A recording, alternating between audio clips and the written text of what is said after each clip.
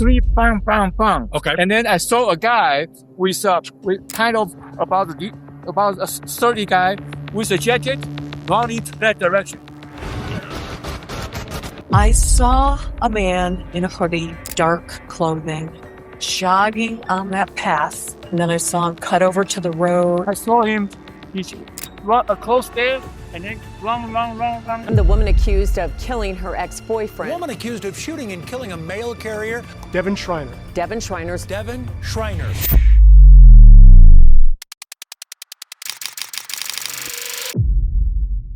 October 13th, 2021, Longmont, Colorado, 12:30 in the afternoon. Officers scrambled to the Somerset Meadows neighborhood after reports came in that a mailman had been shot. Jason Schaefer, 33 years old, was on the ground with 4 bullet wounds, head and back, still breathing, barely. 1 second, switch up.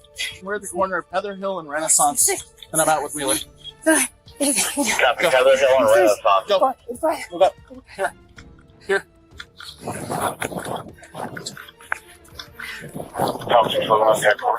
Bystanders were too shaken to help. Officers arrived and started CPR right there on the pavement, buying him minutes while they waited for paramedics. But the shooter was already gone. No one saw where, no one had a name, and despite witnesses being right there when the shots went off, the suspect had vanished into the neighborhood like they'd rehearsed it. 3 bang, bang, bang. Okay. And then I saw a guy with kind of about a sturdy guy with a jacket running to that direction. Let's start working south for a perimeter south, and then we'll get him set up east. Which way did you see him running? I saw him, he run close there and then run. Hey, Josh, hold real quick. The perimeter went up fast, but it was already too late. The shooter had a head start. The only thing officers had to go on were the people who caught a glimpse, and that description wasn't much. He wear nothing. He didn't wear any hat. He just the hair, kind of. Could you tell, was he white, black, Hispanic? Looks like, I'm sorry, white. White? Okay. And a guy, how tall do you think he was? Could you tell? Similar to yours. Okay. Like mine, this kind of height. White male, average build, dark jacket, dark pants. A description that could fit half the neighborhood. With the perimeter turning up nothing, investigators had to ask themselves, was Jason the target, or was this about the mail? He'd been standing at the community boxes, everything unlocked and open, but that theory died quickly. Not a single letter was touched. This was about Jason. The question was, who and why? That answer came sooner than expected. One of Jason's coworkers, Jessica, showed up at the scene. She didn't hesitate. She already had a name. He just, on Friday, his lawyer just filed papers they've been going through a big custody battle, but she hasn't been speaking to him at all. So he filed some more papers so that he could get more time. And I know she probably would have been served yesterday or today. She's been coming to the office and kind of she also works for the post office, but in Loveland.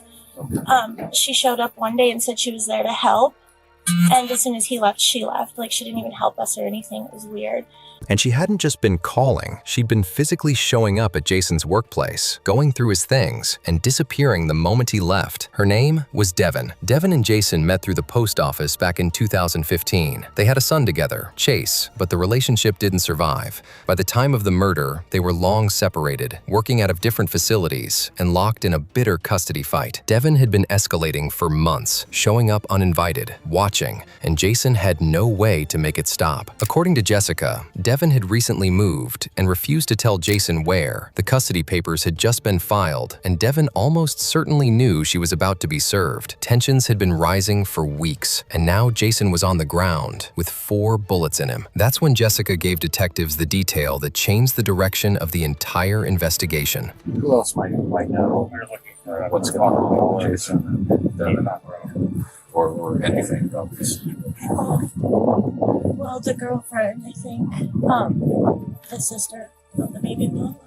Oh, okay. So the lady that that Jason was with. Okay. Jason's girlfriend, the woman living with him, was Rosa, Devin's own sister. That single fact made everything more complicated, and it gave investigators a second thread to pull. But before any of that could be explored, there was still a shooter to find, and a neighbor had just come forward saying she'd seen the whole thing. She'd been sitting at her desk around noon when she heard what sounded like banging, then a fourth crack. She looked out and saw a medium-build figure in a dark hoodie jogging down the path, then cutting across to the road. She went outside, found Jason bleeding on the ground, and called 911. She didn't run. She stayed with him until the police arrived, but she couldn't give investigators enough detail to make an ID. Officers went door to door. Most cameras in the area weren't angled right. Then, one house changed everything. Here he is walking up. Oh, he walked around it. He walked behind those houses. And you'll hear the gunshots actually at about 15 seconds.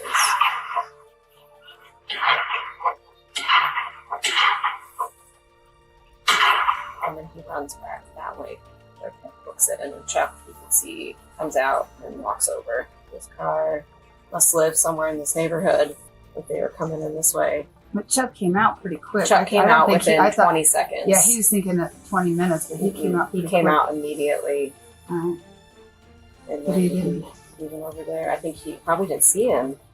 Or did he see him? The footage told the story clearly. The shooter had been there before Jason arrived, waiting. The moment Jason stepped to the mailboxes, the shots came. Fast, deliberate. The shooter ran back to a car and was gone within seconds.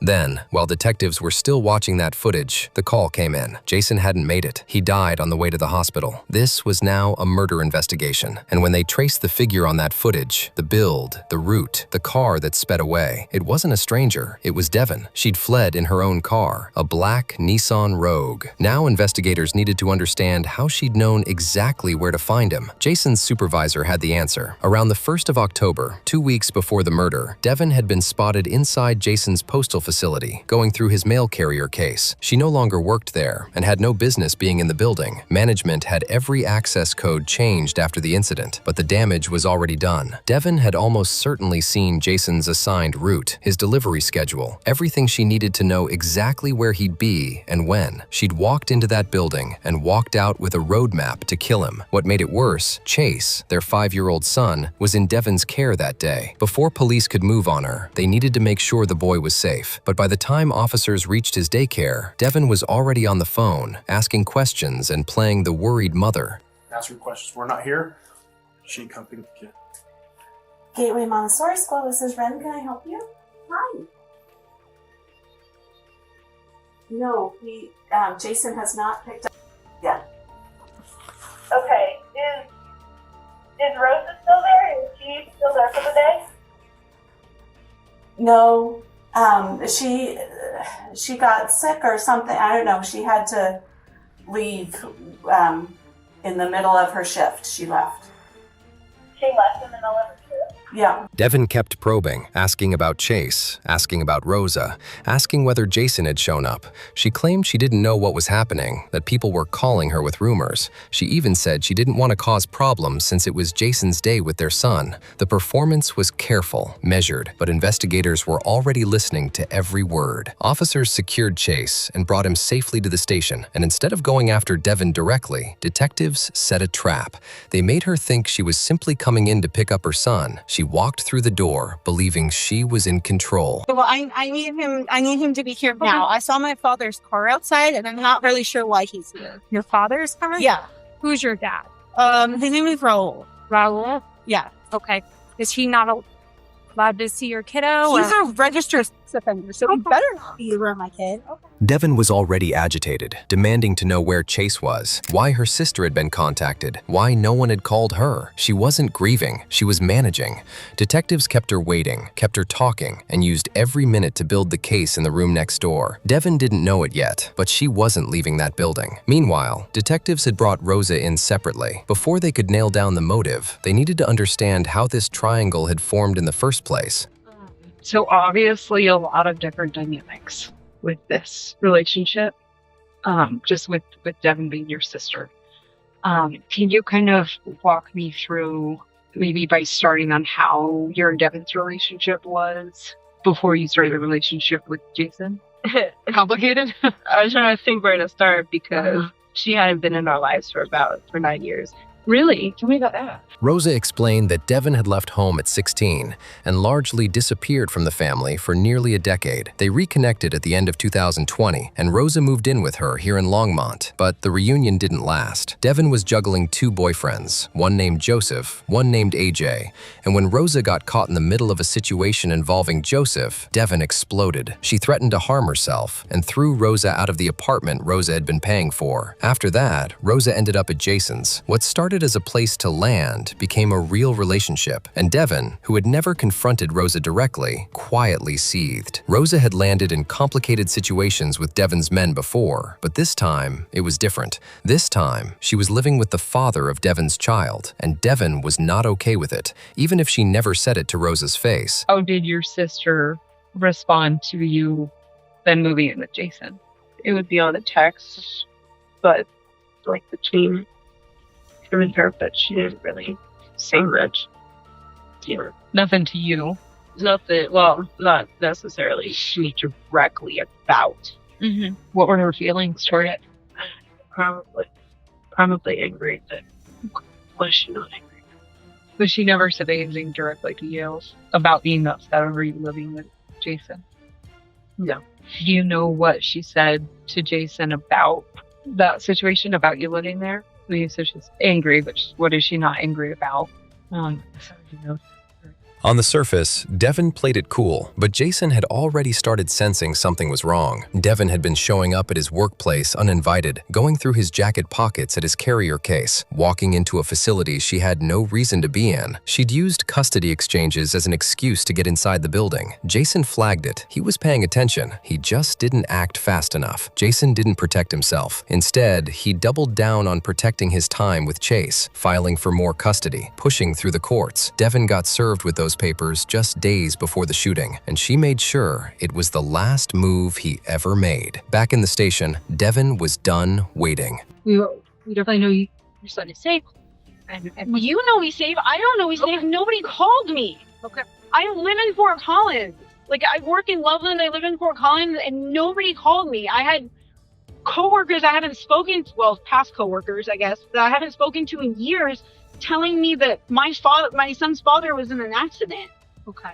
And that I should check on my kid. And like nobody told me anything. Dr. Desmond will be here in 1 second. He's got more answers than I do. Where is my son? He is at the police department. He is safe. So he's not here? Devin knew exactly where Jason had been and exactly what had happened to him, but she was still playing the part. The outrage, the worry, the confusion, all of it was performance. They were about to put that performance to the test. We gotta kind of step back here a little bit. I gotta tell you some bad news. Your ex-boyfriend, is it? Ex-husband? I just call my son that. Son's dead. Yeah, we're never married. He died. Her reaction was the first red flag, and it only got worse from there. Where? On his postal route. He was working today? He was working. So she's up and shot him. When did this happen? At 12:32 today.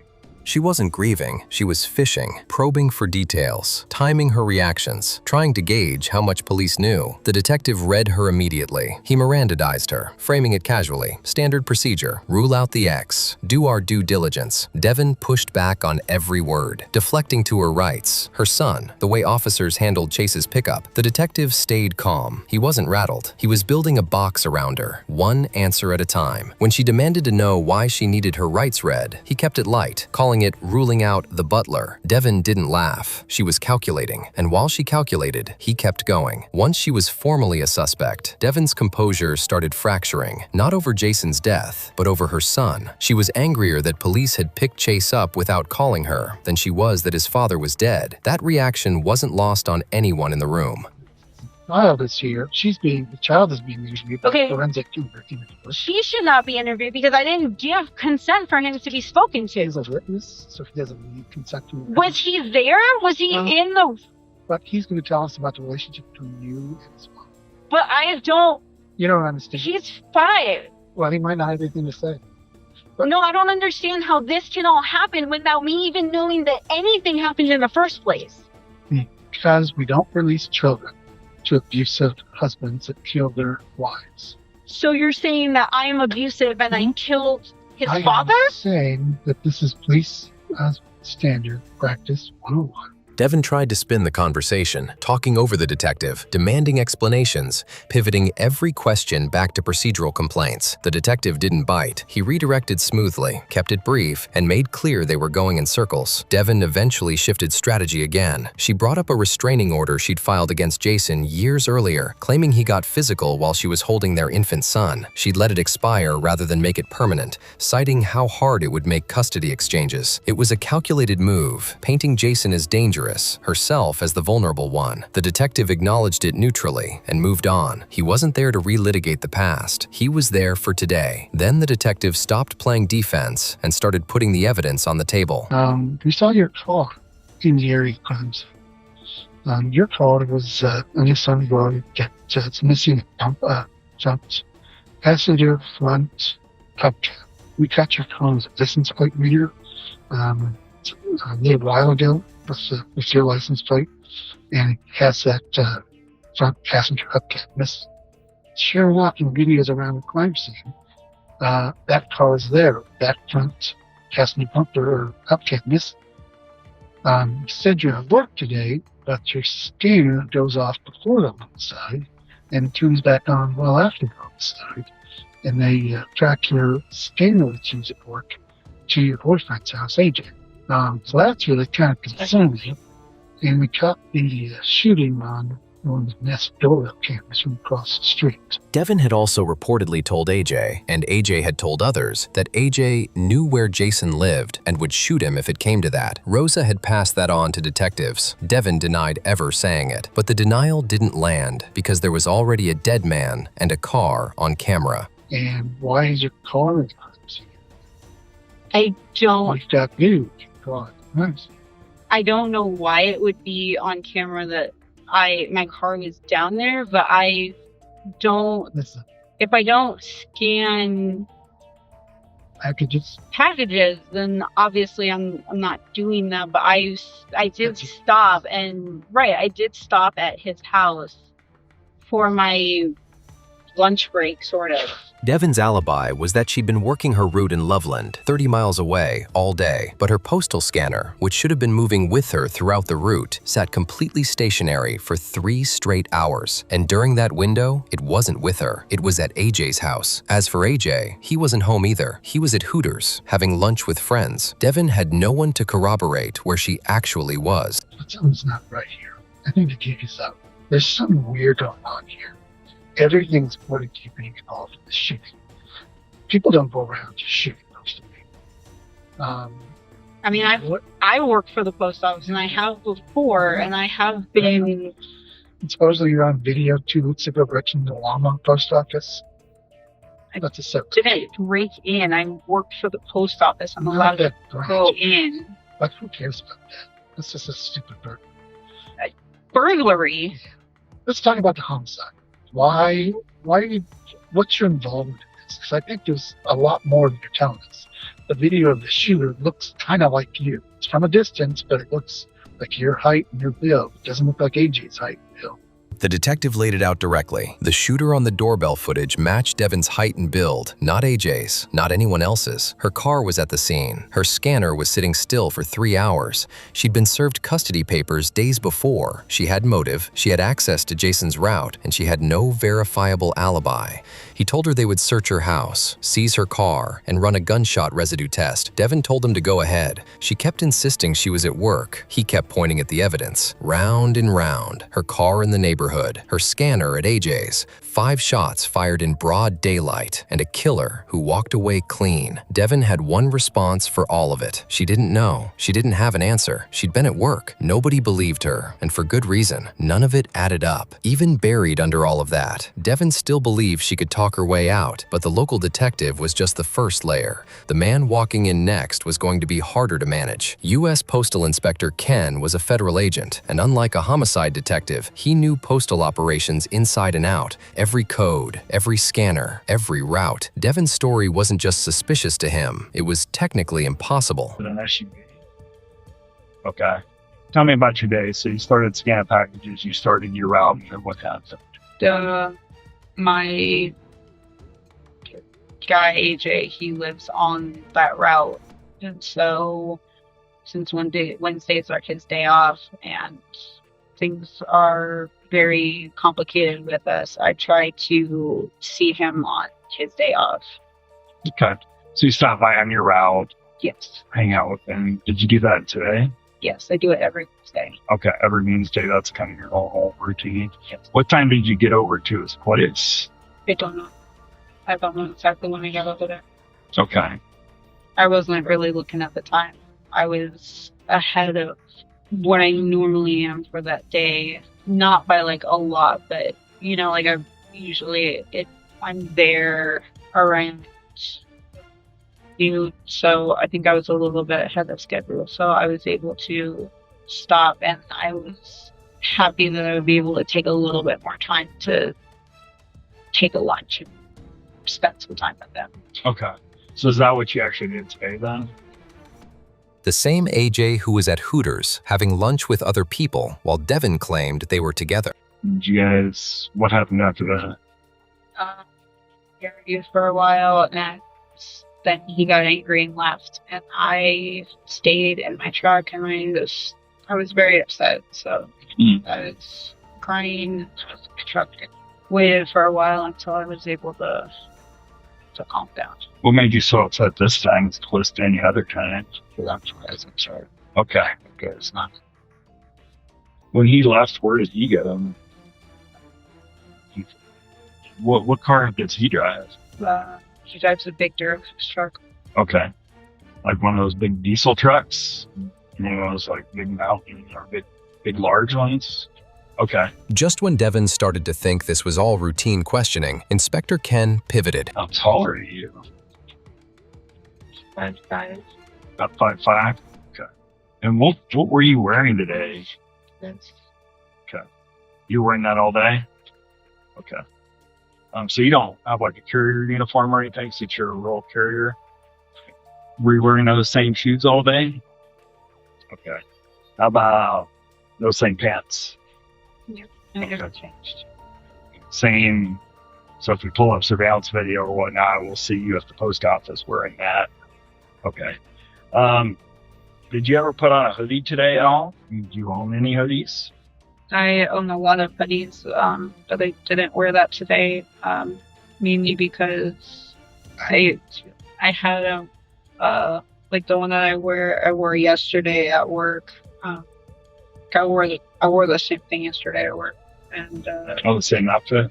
Okay. Each answer was locking her in tighter. She said she was at work the entire day. She said AJ was with her. She said no one else drove her car. She said she didn't wear a hoodie. Every word was now on record, and every word was going to be checked against the footage, the scanner data, and the testimony of witnesses who'd already told a completely different story. Inspector Ken laid it out plainly. Her car was on camera at the scene. She was the only one who drove it, and she had no explanation for any of it. The cameras were everywhere. Her story had no room left to breathe. But what I am trying to ask you is this. Your vehicle was over there where this happened at the time that it happened. We have witnesses and we have surveillance footage. right, and We always... detective, I don't have an answer for that. Okay, you don't have an answer. You have like zero answer? How do you think something like that could happen? I don't know, and that is where I asked the detective to speak to the lawyer. Do you think somebody stole your car? Again, I'm going to ask to speak to a lawyer Okay. if we're going to continue with this questioning. I don't have an answer for that. Okay. So, let me make sure I'm clear with you. If we don't talk about the car, you're fine to continue to help me with Jason. But you don't want to talk about the car. I don't want to talk about something that you are saying is incriminating me. Okay. And I did not do this. I'm just saying that the vehicle was there.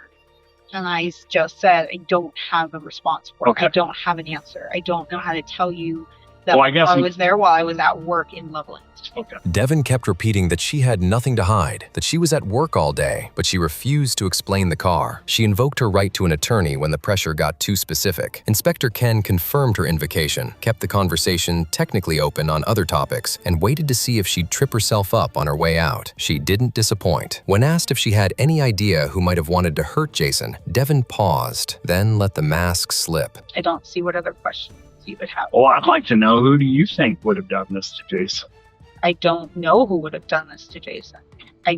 I don't know his life anymore. I am no longer a part of it. He made that perfectly clear when he decided to, for lack of better words, sleep with my sister.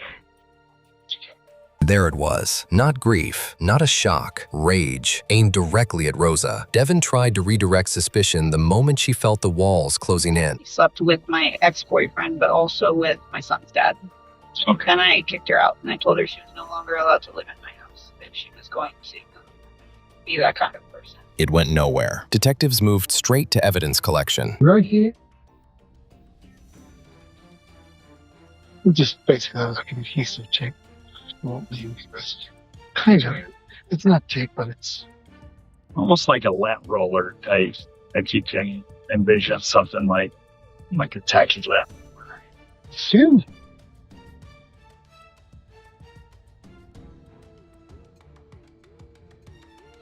This one here is the base summary of those guys' base. Okay? If we can pull back here a bit. This my calling is Nick Ah.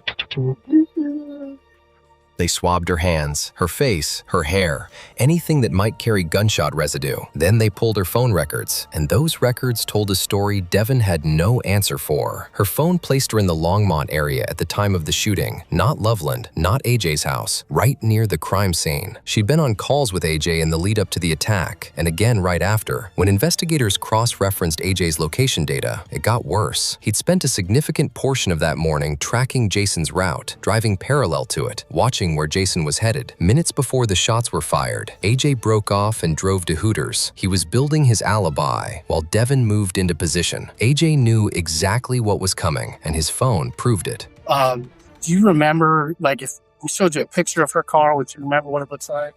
So this is her car on the license plate reader back That's in her May. car. That's her car. That's her car. This is down at the scene, the neighborhood of the shooting. You can see the time, 12:06. That's her car. So originally you told us that she was up there at your house with you until 12:15 when you left to go to Hooters. Can you explain that? We're trying to verify Devin's timeline right now. That's the thing. Yeah. She was not with me. She was before that. She came over to my house after I was done with interviews for about 10 minutes. For about 10 minutes.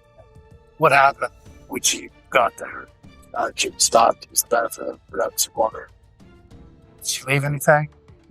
So if you want to give us answers, now's the time to give them to us. These investigations move fast. You know that. We get this data fast. You only get a couple opportunities to give us explanations for what's going on.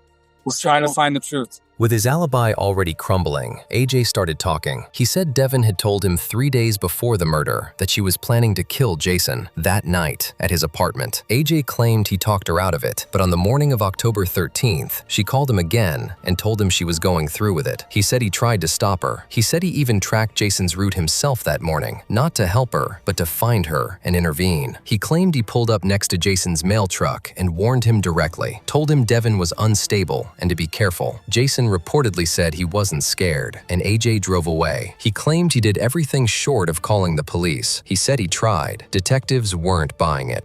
You know, I have. I've known her for 13 years. Like she's somebody that I cared about. Yeah, but right now I'm not very happy with her position. She made a decision. Okay. All right. I don't think it's hard to come to the conclusion that I'm having a hard time coming to terms with the story right now. What purchases did you make that day? Sure. Like I'm used to meet at my firehouse. Had a lot of all my house. Check them all. close. Okay. If that's what you're implying, that's fine. It's not. I'm trying to figure. There's no way that you can tell me that you didn't believe that her threat to go down there and kill him was serious. I mean, I'm just saying, by your actions that morning, that tells me you absolutely believed it was a serious threat. that morning is the first time that I thought, like, that I had the feeling she might actually do it.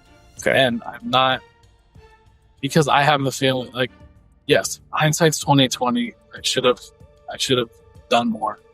But I believe that if I saw her, I could stop her. AJ kept shifting between claiming he tried to stop her and admitting he did nothing that actually would have. He said he stayed on the phone with Devin, trying to talk her down. He said he was worried about getting involved, worried about messing up her custody case. He told the detective he understood exactly how it looked, and then he admitted to lying. He'd covered up the affair with Devin to protect his marriage. In doing that, he'd also covered up what he knew about the murder plan. The detective called it exactly what it was: complicity. AJ had no real defense. He folded.